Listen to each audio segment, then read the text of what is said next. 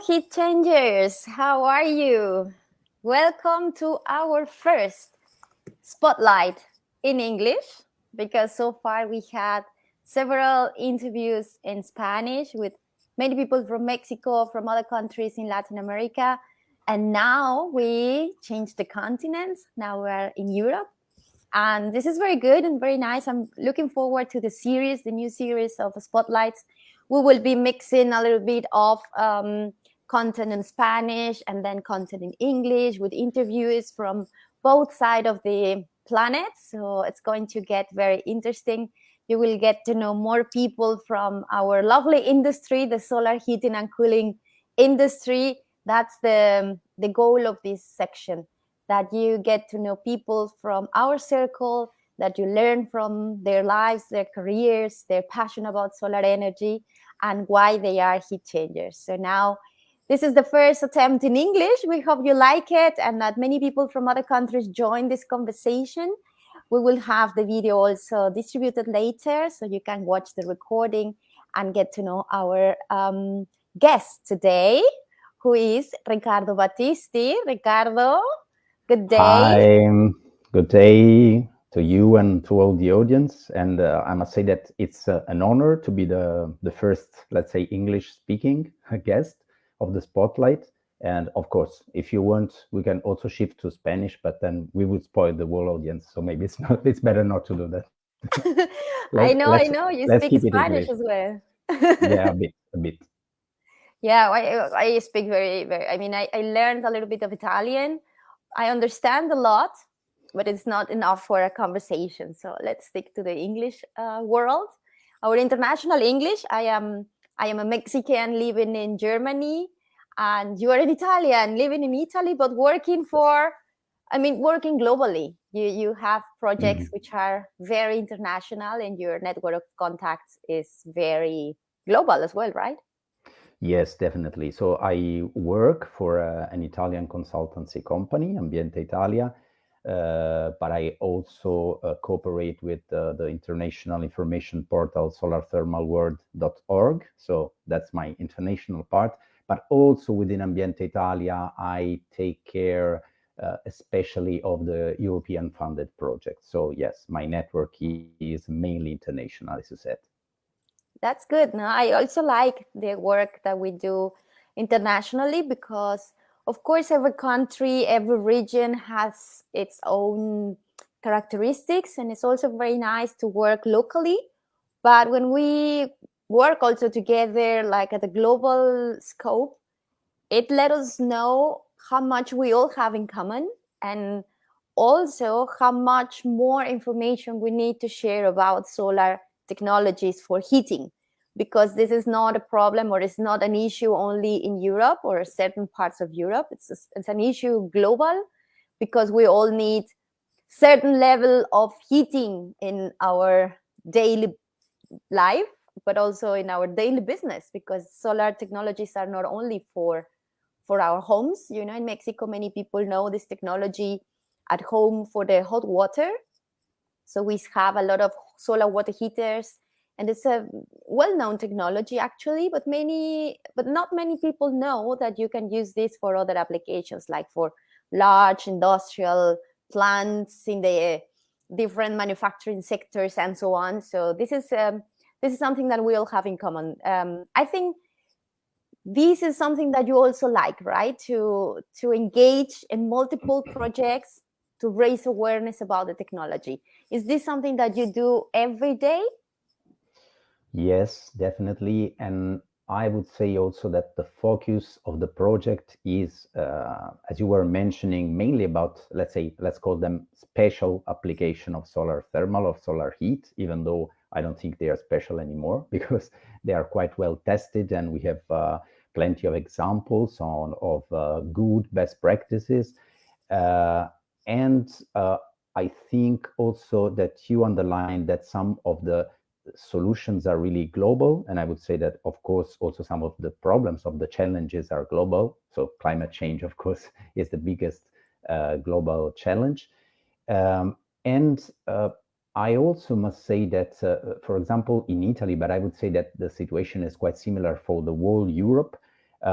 we saw in the last years a clear high share of solar thermal used just for domestic hot water, as you were saying. But this is clearly changing, because at that level, solar thermal has a lot of very hard competitors, strong competitors like heat pumps, of course, also coupled with photovoltaic, which are somehow simpler, maybe from an hydraulic point of view, because some of them are electric and just not hydraulic. So they are quite easy, for example, for the installers. They are sometimes cheaper, because we saw that there was a strong decrease, for example, in the price of photovoltaic. While if we go to larger scale, so I would say medium scale or large scale application, as you said, for commercial, for example, users, or for industrial users, or for district heating, so the large solar heat plants connected to district heating networks, then there we can become competitive, because of course there is a scale effect where the solar plant has a lower cost. The plant complexity is not an issue anymore, because anyway, if you deal with an industrial plant or a district heating network, you are used, let's say, to complexity in the plant design and in the plant operation and so on.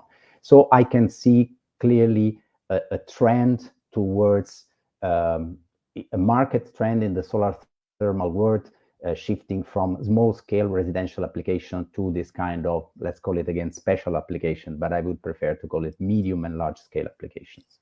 Yes, the more developed application is there is a market development trend, right? Which is more or less the same in every country. It starts with residential hot water preparation, and then it goes to commercial, to industrial, to district heating, to solar cooling. So the level of complexity is perhaps increasing, but also the different types of industries or economic sectors which can be powered or heated actually with solar energy, which is actually one of the big challenges of our world economy. So Ricardo, what is your story? When did you start to fall in love with solar thermal? I would say quite soon. It was actually, I think I fell in love first with renewables in general and with environmental question, let's say. So this was, I think, in the last exams of my master degree. And then I decided to do my master thesis on, by the way, it was on photovoltaic. Okay. But I must say that it was photovoltaic with heat recovery. So maybe already at that time, I knew that I would have worked on solar thermal at the end. Okay. So yeah, for a period, I worked in parallel on both. Then I joined one of these research tasks of the International Energy Agency, of the Solar Heating and Cooling Program. And you maybe don't know that, but it was about solar process heat. So the use of solar heat for industries, by the way. And this was back in, I don't know, 2000 something, so maybe 20 years ago. And then I would say that I spent more or less all of my career working on solar thermal, even though, of course, in some wider projects, for example, with my company, with Ambiente Italia, I also work on renewables in general, on energy planning, and so on. But that's the story. That's how I started. And I must say also that before working here, I used to be also the Secretary General of the Italian Solar Thermal Industry Association. So I had I think, a nice overview of the sector, because working at the university, I worked at the university also for 8 years, I think, after my master's degree, because I took a PhD there and I did some work, some research work. So I did both research and kind of lobbying activity for the industry at the same time. And this was very interesting because it gave me a comprehensive view of the sector. And of course, I also cooperated a lot with the European Solar Thermal Industry Association. At that time, it was called ESTIF. Now, of course, it's Solar Heat Europe. But there were really very important years also for the solar thermal sector, I would say. So it's been a long career with multiple steps, with different type of organizations, your own company, lobbying associations, and I guess that from the very beginning, your work was also quite international. If you started also working in the task of the International Energy Agency, these are always groups which are composed of people from different countries, different fields. And that's also very important, right? When we talk about joining forces with people from other parts for this topic, solar thermal, how to get the sector forward, how to make it bigger, how to raise more awareness. So what is your what do you like more? Do you like more like saying, hey, let's push the market in Italy, let's work regionally? I guess you also have very good connections there. Or you say, actually, we need or we will have higher impact if we work more internationally? Or is a combination? Yeah, I think it's a combination. Honestly, if I look at my own country now, there is a clear lack of support to solar thermal. And I must say that this is not a lack of support from the incentive point of view, because we even have several incentives which are, I would say, quite good. So sometimes when I talk to my colleagues abroad, they say, then how is it possible that you don't have a rocketing market, let's say, for solar heat? Because you have very good incentives.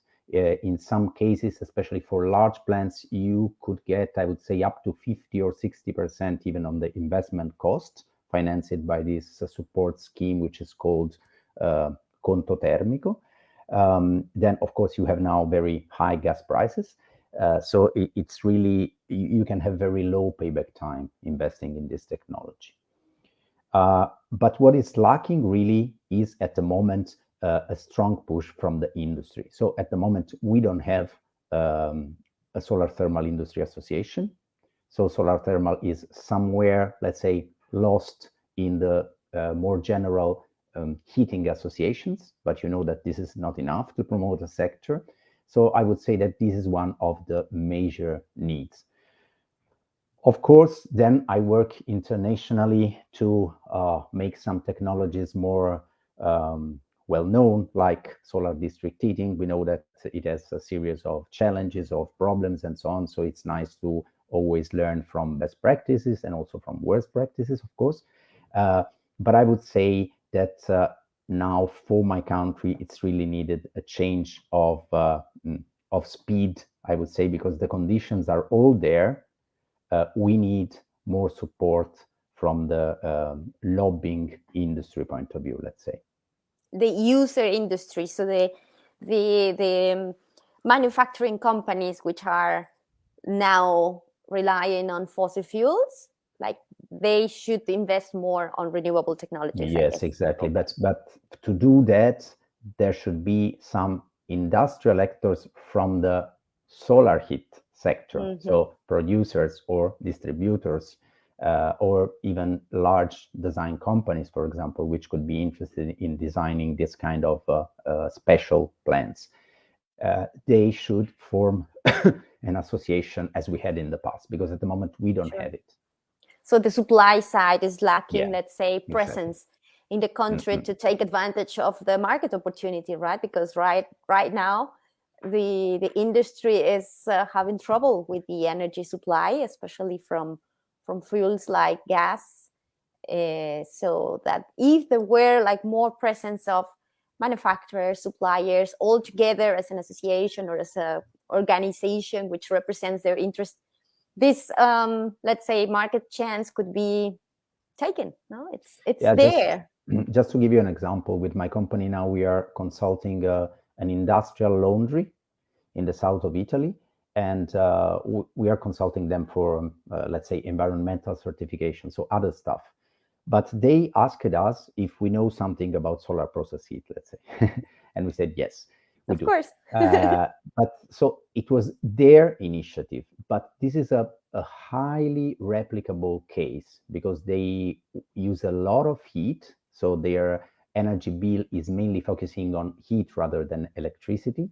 and they use it usually at quite low temperatures because they have special processes which do not need very high temperatures for washing. And there are several industrial laundries in the industrial sector, in the Italian industrial sector. So I would say that such a case should be not only done, but also we should let the people know that this system was built and it's very interesting and it works.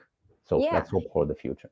And also Italy is a very, let's say, long country. So South, Central, North Italy are also quite different, I would say. And in terms of solar radiation, I guess the country has also very good resources compared to Northern European countries where perhaps the resources are a bit scarce.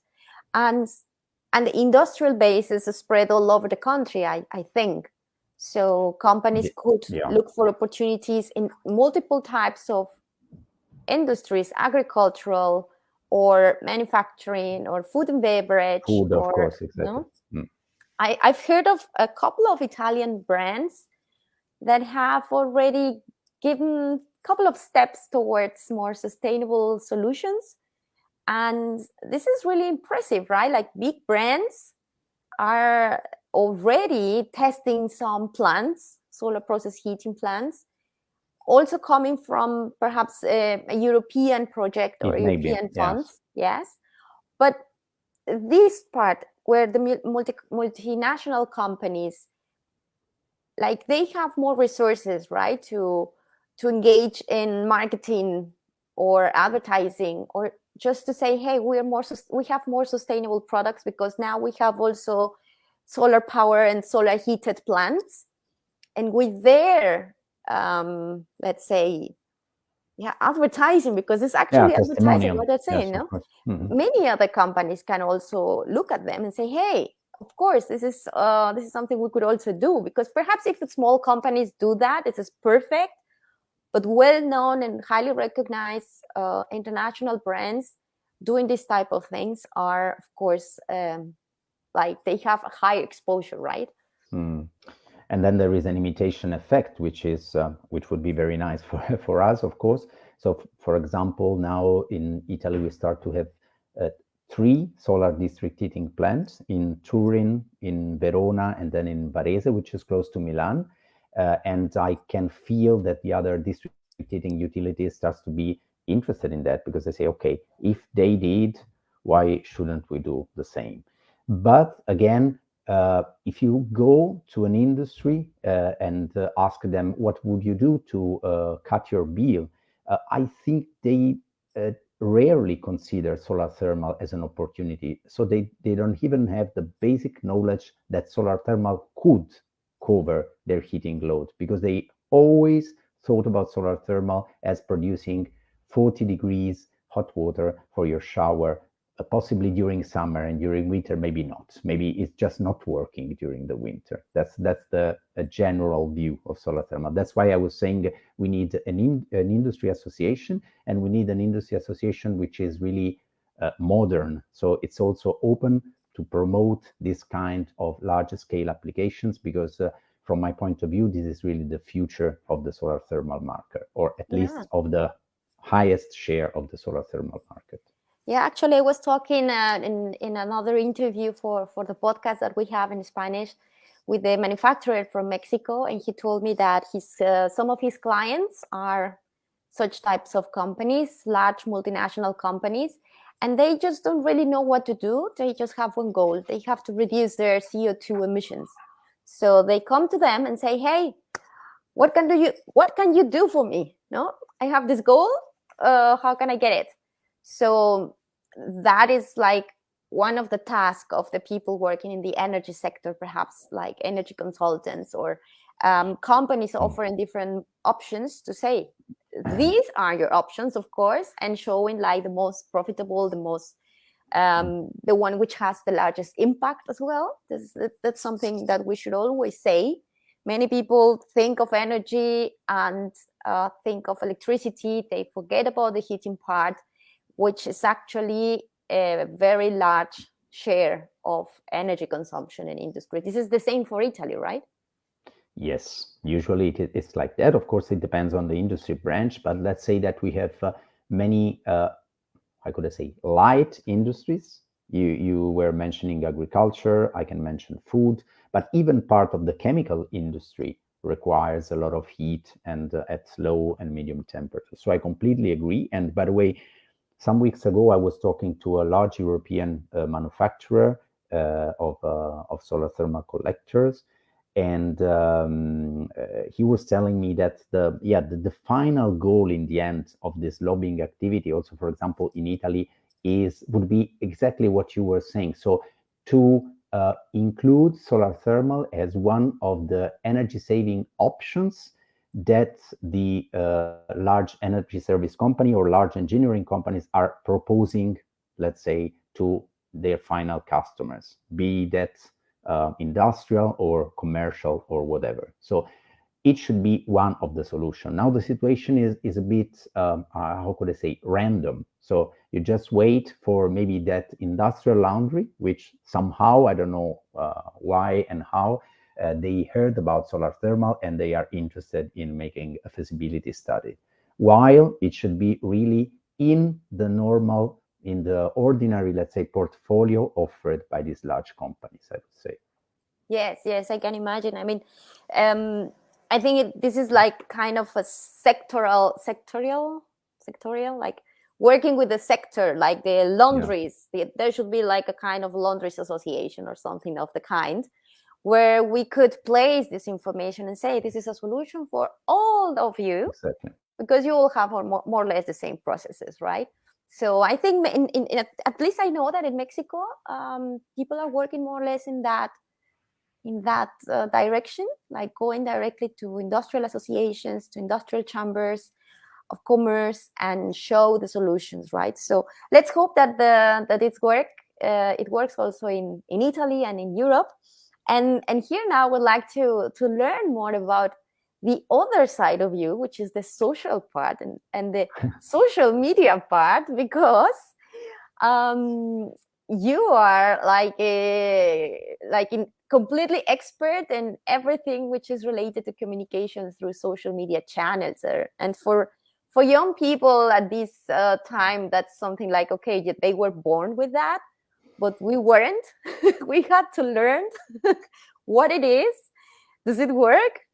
Is it dangerous? And I think it's been a process, right? If I'm correct, maybe the industry, the solar heating and cooling industry, is perhaps now taking off with these channels, but 10 years ago, like Yeah. almost no one was doing this. Like it was something completely new, and many people were afraid of, or they didn't know how to use them. How long have you been doing social media for the solar heating and cooling industry? Oh, I should take my CV now, but I would say 6 years, maybe. Yeah, Okay, maybe cool. 6 or 7 years. Hmm. Actually, there was a funny story about that because I was contacted by Verbal app, so Yes. the chief editor of solarthermalworld.org, and at the beginning she wanted to do something with social media, and I would say that she was very really brave because she was skeptical at the same time. So she was almost convinced that it was completely useless, let's say, but at the same time she realized that she should try at least. So she contacted me and say, I saw that you're playing with social media, more or less. I think she told me like that. And that was the truth, by the way. At the time, I was just playing with that. Say, why don't you support me for a small budget, a small monthly budget to work on that? And I started to do that.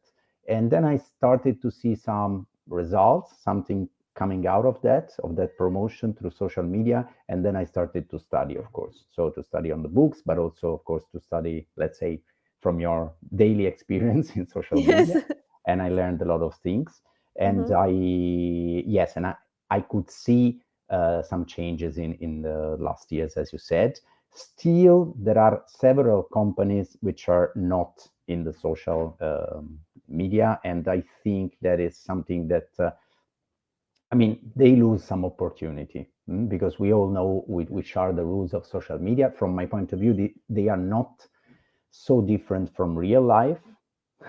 So you should be kind, polite, you should be transparent, you should not disappear for 2 months and then do, I don't know, 10 tweets in the same day. So it's really like normal social life. From my Socializing in point of real view. life. Yes, exactly. There is nothing special. So you just need very good planning of what you want to reach and what you want then to publish to have your results. It doesn't work. Maybe most of the people are disappointed with social media because they imagine something magic. So they say, if I can reach, I don't know, 1,000 people with just a post, it means that I could have 1,000 more customers. Of course, it doesn't work No. like that.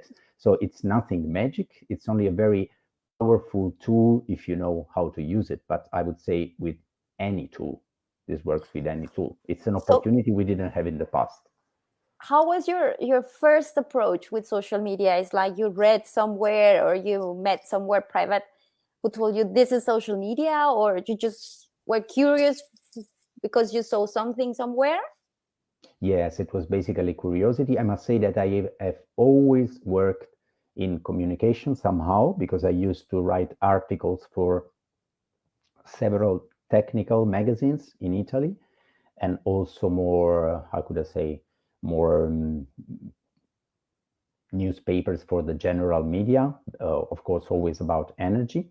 So I was used to communication, and that's why I was, I would say, naturally attracted by the social media. So I was really curious, and I started to read some books. I started to read some blogs, of course, and all this kind of stuff. And it was a learning process. And I must say also that with Solar Thermal World, we also could increase the monthly budget and therefore the monthly effort dedicated to social media, which I think is very important. Maybe now we reach kind of a threshold, but it's still very nice because I think we are one of the most active accounts in the sector, at least on Twitter, for example. So that's Sure. a very good result if I look back at 6 years ago.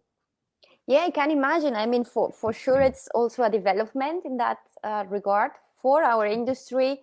It's a learning process, a continuous learning process. Of course, it's always related or associated to expenses, to money, to budgets, and to knowledge. Because this is also that I have learned.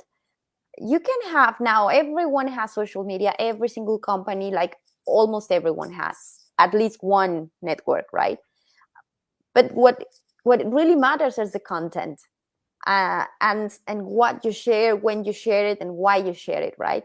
So there are many agencies working on social media and taking care of the management of all the networks. But the difference that I see with your networks, for instance, is the type of content. You actually share content, you create the content, and you share the content in a way that it's interesting for the audience, right? It's not just like creating a visual and saying, hey, this is us, this is our logo, but like to really telling the world the latest news about the solar heating and cooling sector, but also commenting on the others, reading what the others are doing, sharing valuable content. It's not just like retweeting whatever thing. So it's a lot of work, but it's a work which requires a lot of background knowledge. So in Yes. that sense, your profile is perfect to do that job, right? And I would say also too, I mean, I see this like in management, which there are three levels of management, 1.0, 2.0, and 3.0. We have the same, I think, in communication. So 1.0, I would say that it's a communication through press releases, the typical press release. So it's really a top-down process and nothing more. Then a lot of companies started to use social media, but in the way they knew how to communicate. So again, with the press releases. So they use this boring press releases in the social media. And I always tell them, look, it doesn't work because this is it's a bottom up, basically, tool. So you cannot use it top down. And this is, I would say, 2.0. So they try to use the new tools, but maybe in the wrong way, in the old way. And then there is the 3.0, which I see it's the more modern way of communicating, or let's put it like that. It's the most effective way on how to use social media. So as you said, you cannot, it's like really, once again, in real life. You would never go to a networking cocktail just shouting out loud your press release or your. So you go there, you start talking to people maybe, and as you said, you comment also to things that other people did. So it's really, I think, a very social process. You cannot take any shortcuts. So I Yeah. see a lot of people joining, I don't know, LinkedIn groups and starting to promote all of their stuff. It's not the way you join a group. You join a group and you start looking at what is happening there, who is posting what, who is expert of what. And then maybe after 3 weeks of looking at this stuff, you can start the first post trying to be, polite and trying to be especially in the point of the group. So it's really, as you said, you need a lot of knowledge. In my case, of course, I also have technical knowledge, but I would say that you should have both technical knowledge and also knowledge of how social media are working. Exactly. That's very important. And this is a message that I would also like to spread in our sector, that, I mean, companies shouldn't be scared. I think many of them are scared. No, oh, what's going to happen if someone comments something? No, something bad. That's for me, that's not a risk. You know, what can happen? May I comment on that? Because there is Sure. a clear rule. So if you are good in your social media activities, the bad comments, I mean, if they are good critics, so they are bad comments, but they are true somehow, then you just can answer and saying, I don't know, I apologize for this and for that. If they are bad comments from the so-called haters, so you see, for example, I see on LinkedIn sometimes, so I have a look at this person and maybe I see that he or she only gives negative comments. So I realize, I say, okay, I should not care that much about that. And usually, if you have a good network, it's like the network itself is protecting you from these bad comments. So it may happen that the other people intervene, for example, and say, but why are you commenting like that? This is an interesting example or whatever. So I feel that if you have a good social media activity, then also dealing with problems is almost an automatic function from the network. Let's put it like that. Organic. Yes, exactly. Yes, I agree with you. And of course, it's a matter of budget, because definitely you need someone who takes care of it properly with a plan. I mean, we had also the opportunity to share the stage on a webinar about social media in the sector. Perhaps we can add this on the link when we published our conversation, because there were very nice insights from other colleagues of us as well. So I guess the industry should rely a little bit more on social media and engage and try. And we are anyways a nice community, so nothing weird is gonna happen. And for me, it's also a tool to engage with other parts. Like now we were talking before about how to connect with industry associations from the user side, like chambers of commerce, like chemical industry, food and beverage. Well, they are also in social media, so it's much easier now also to connect, at least in the digital world, and to share content from them with you, with them, engage in conversations, something that we couldn't done, or maybe you cannot just travel to other part of the world the next day to follow the conversation, but you can start there, right? So we can start building a different kind of communication between supply of solar heating technologies and demand of heating or heat energy for heat, right? And I would say even more, there are some kind of, let's say, target group or sector actors or stakeholders that cannot be easily reached in any way, I would say. Can you imagine, I don't know, calling on the phone a policymaker, a member of the parliament? It would be impossible. Or leaving a message, I don't know, by email or something like that. While usually if you tag them on Twitter, it's quite likely that they reply somehow. So I saw really some miracles happening, I would say. I'll tell you just an anecdote, which is nice. In Rome, we are famous for the very bad public transport. So it's very hard to know. For example, you are in the underground, and you know when the next train will come. Then you connect to the Twitter account of the company, and you ask with a tweet, when will the next underground train pass? And they reply, I don't know, in 20 seconds, knowing exactly where the train is.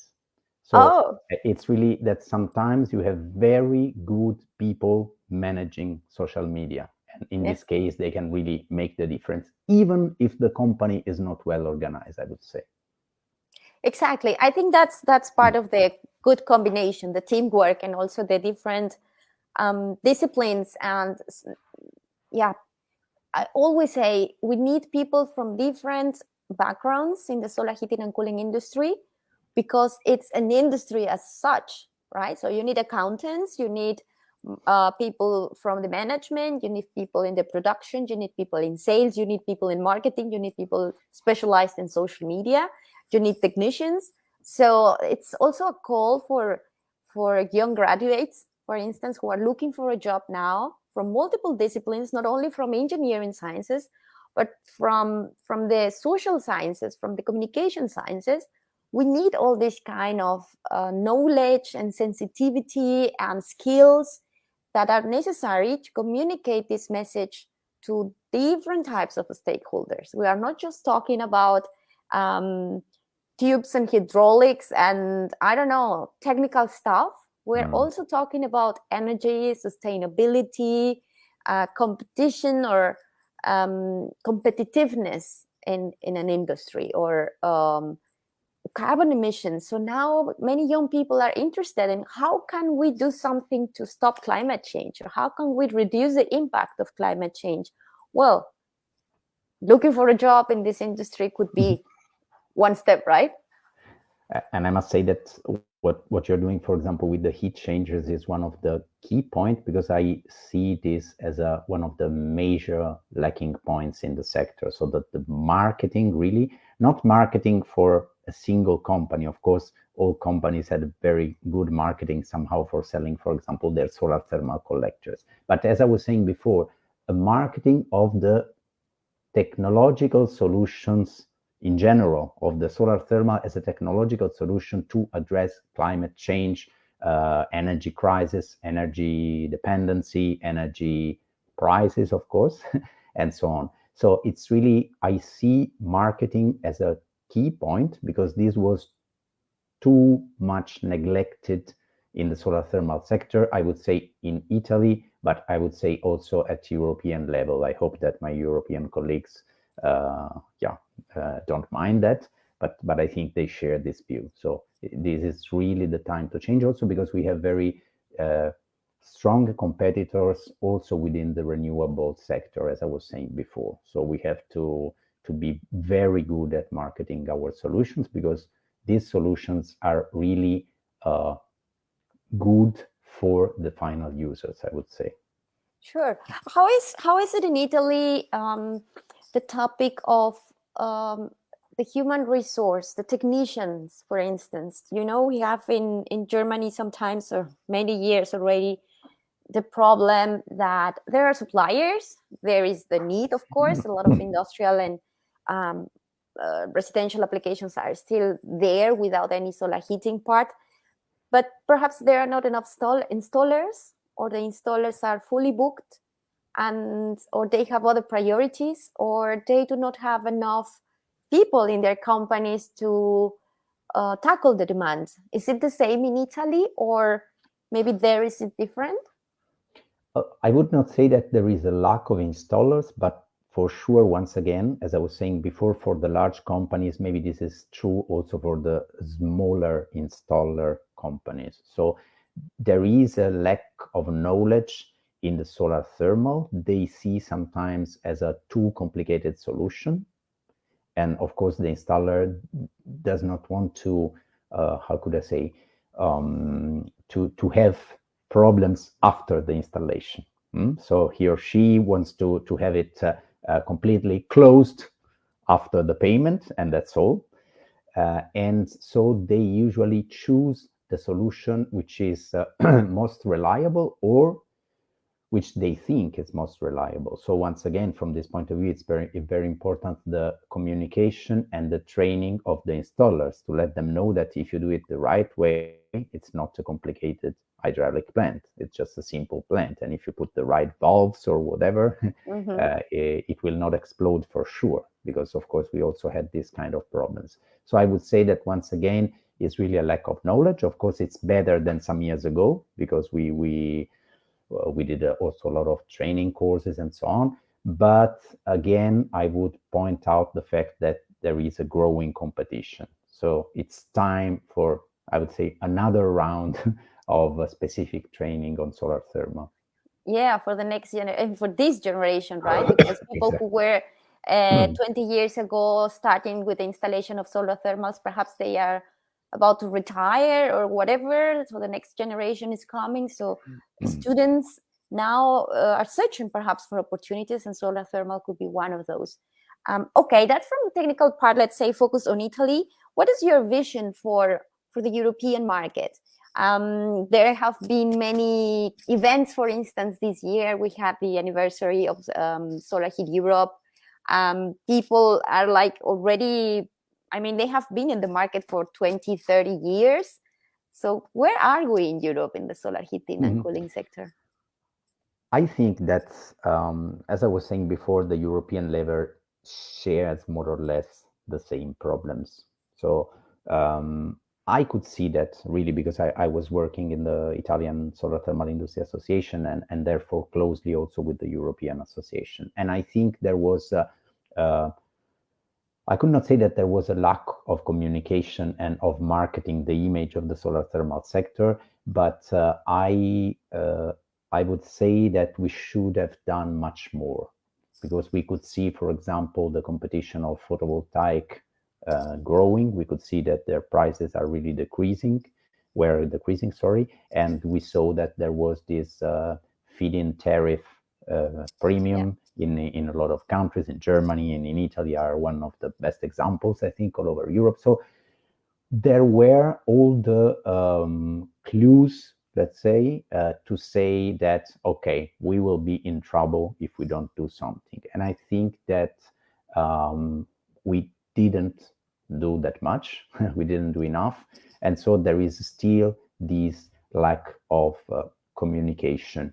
From the point of view of technology, I cannot say anything, because I think solar collectors are there. There are a lot of products for different applications, and it's quite a simple and reliable technology on the field for tens of years now. But maybe we are not able to communicate that correctly. People is still asking if it comes out, hot water will come out also during winter. Or if it's cloudy. Or if it's cloudy, exactly. So for me, it's really unbelievable. Of course, if you have the opportunity of bringing the people and just trying to wash your hands in the winter out of the solar thermal plant, then it's okay. But you cannot bring all the people there. So I think we really need a communication campaign. What I see here is what I was saying at the beginning. So I see as a big opportunity of how could I say, of starting again with a nice solar thermal market in the medium and large scale applications. So I think that in this process of communication, solar thermal sector should really focus on this kind of users. Yeah, you're right. I agree with that. And you also share in the portal where you are active in social media and solar thermal world, of course, news from all over the world.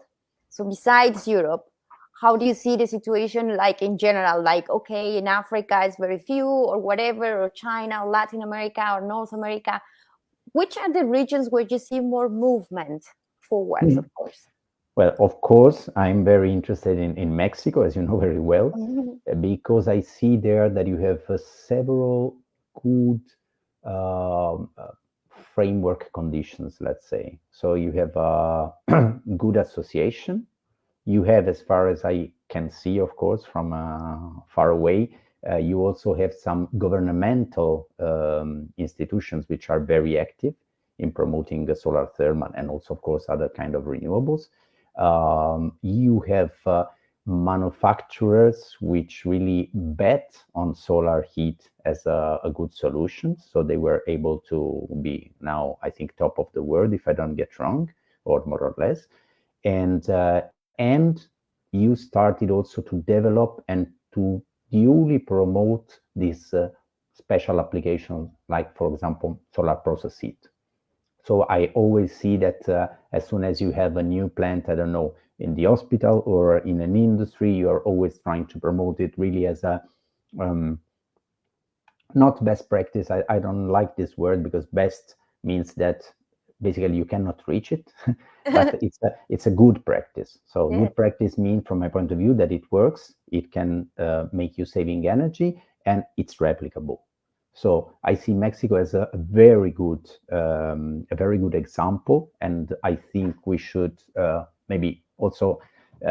I, as Italian, I would like to learn more about what's happened in the last year to have this nice change. Of course, in other countries which I don't know so well, like for example the African countries, I see that there is a small market still, and there I would say very small with respect to the potential, of course, because you have really Sí. plenty of solar radiation there. Yeah.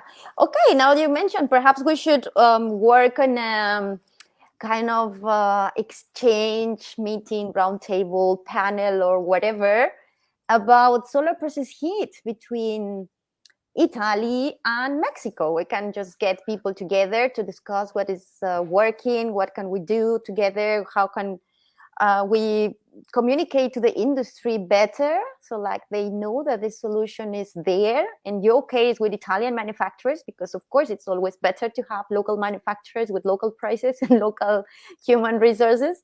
But perhaps this kind of exchange is also important, right, in our own industry. Like, don't stay too local. Also get information from people from other regions which have similar parts, perhaps in terms of climate we are not so different, and let's see what could bring. Yes, I think in Italian we say tutto il mondo è paese, which means that basically you always have a lot of similarities rather than differences.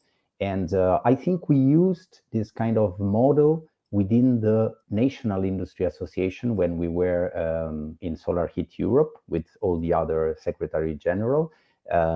So just with the association, we did a very close exchange of information on how we were trying to promote our industry in the different countries. And it worked very well, but this was mainly maybe 15 years ago. So it's time to to do it again. Time. And I completely agree. If we do something which is really targeting a specific application like solar process heat, it could be even more effective. Yes. For sure. I mean, I'm sure that we could do a little bit more in that regard. I mean, this is part of also the heat changer community, heat changer mentality. And as you mentioned, we want to promote all technologies in many different countries in a simple way, like in the first step. And then it's the work of every supplier, every company to go into the details and to talk about their specific products, brands, technology, services, and so on. Mm-hmm. So perhaps we can organize something together.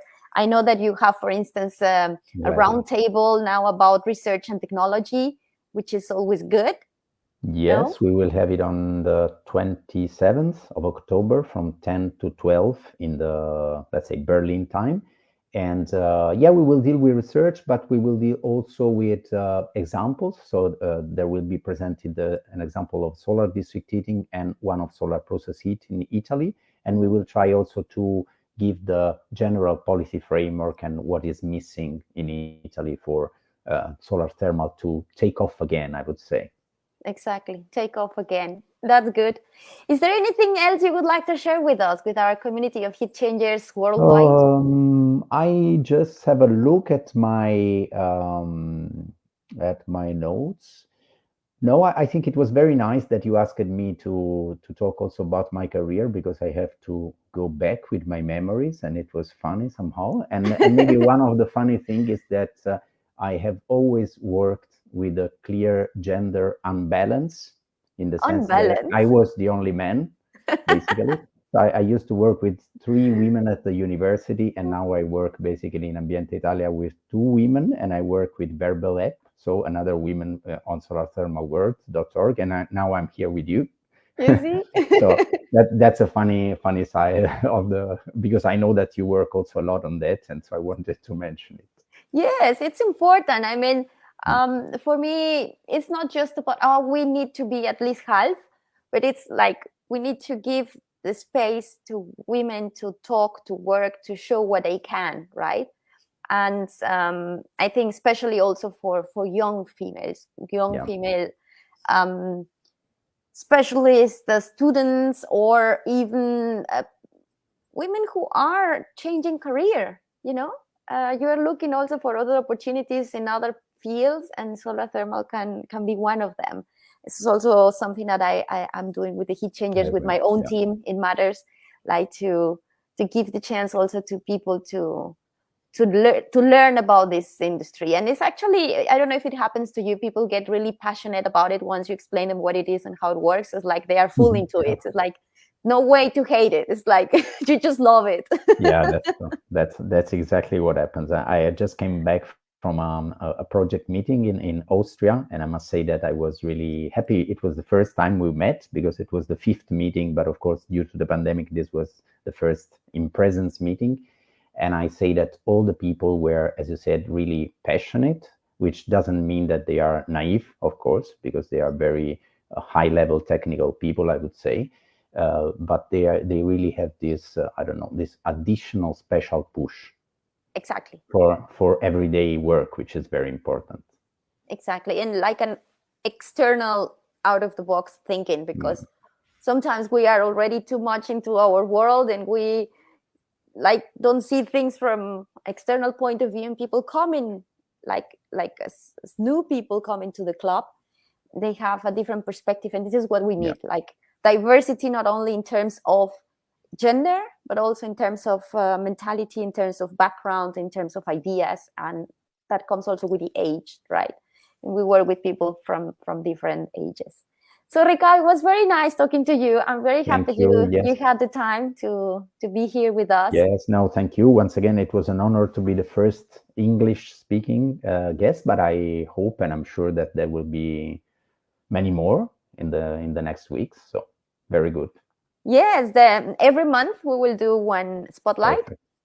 The next 2 months, I mean, the next one is in November, and then we restart in January, and then we will alternate, one in Spanish, one in English, so that it gets a bit broader. And so far, so good. Thank you very much, Ricardo. We will post the recording in our social media. You can share it. We will be taking some abstracts from our conversation and sharing it with the people so that they know more about you, of what you did, what you've done, and what you will do in this industry with your enthusiasm, with your professionalism, and also with your creativity. So thank you very much. Thanks a lot again, Marisol, and thank, of course, also to your team. Yeah, thank you very much. Have a nice day, and see you soon. Bye. Bye-bye.